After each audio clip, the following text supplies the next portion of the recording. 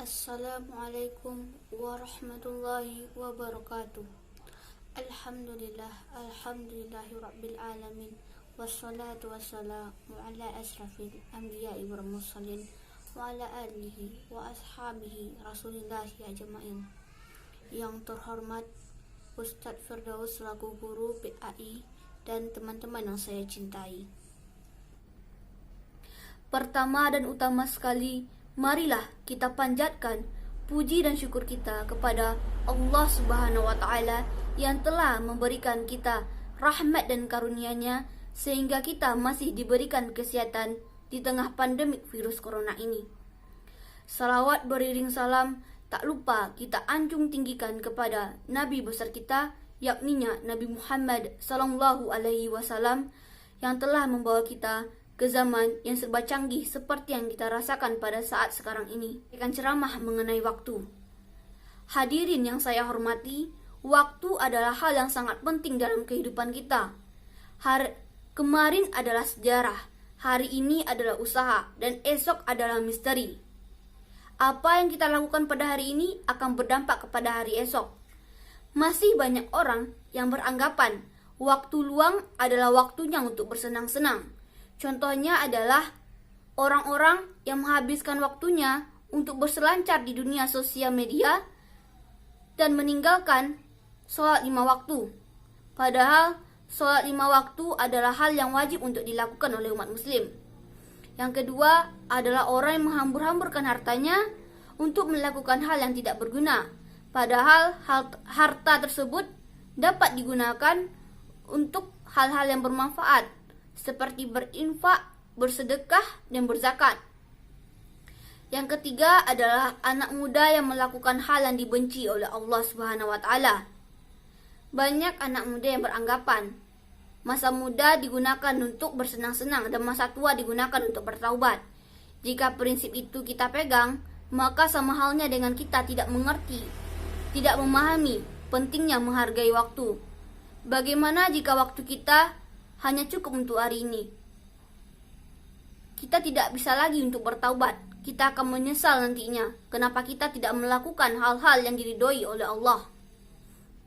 Hal inilah yang membuat manusia berada dalam keadaan yang merugikan, seperti firman Allah dalam Quran surah Al-Asr yang artinya, demi masa, sesungguhnya manusia itu berada dalam kerugian, kecuali orang-orang yang beriman dan orang-orang yang mengerjakan amalan soleh, dan orang-orang yang saling mengingatkan dalam kebaikan dan kesabaran.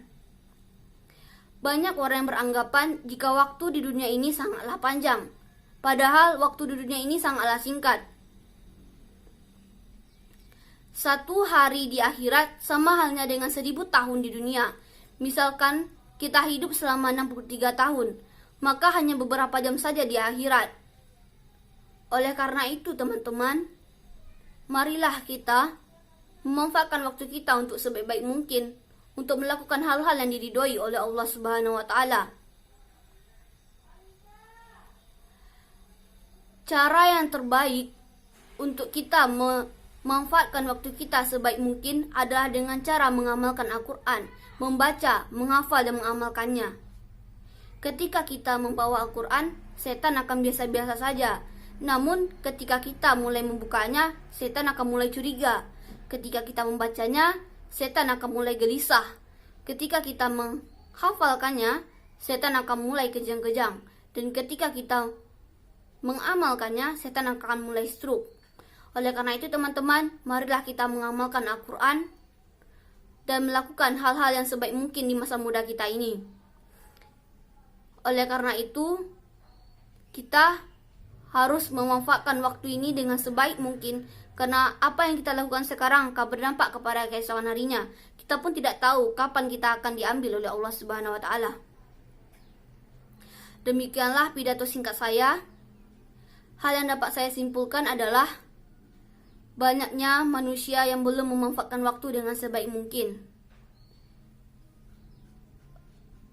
Dan saya akan memberikan saran bahwa sebaiknya kita harus menghabiskan masa muda kita untuk melakukan hal-hal yang sebaik mungkin, hal-hal yang bermanfaat, hal-hal yang diridhoi oleh Allah Subhanahu wa Ta'ala. Karena hidup kita di dunia ini sangatlah singkat teman-teman.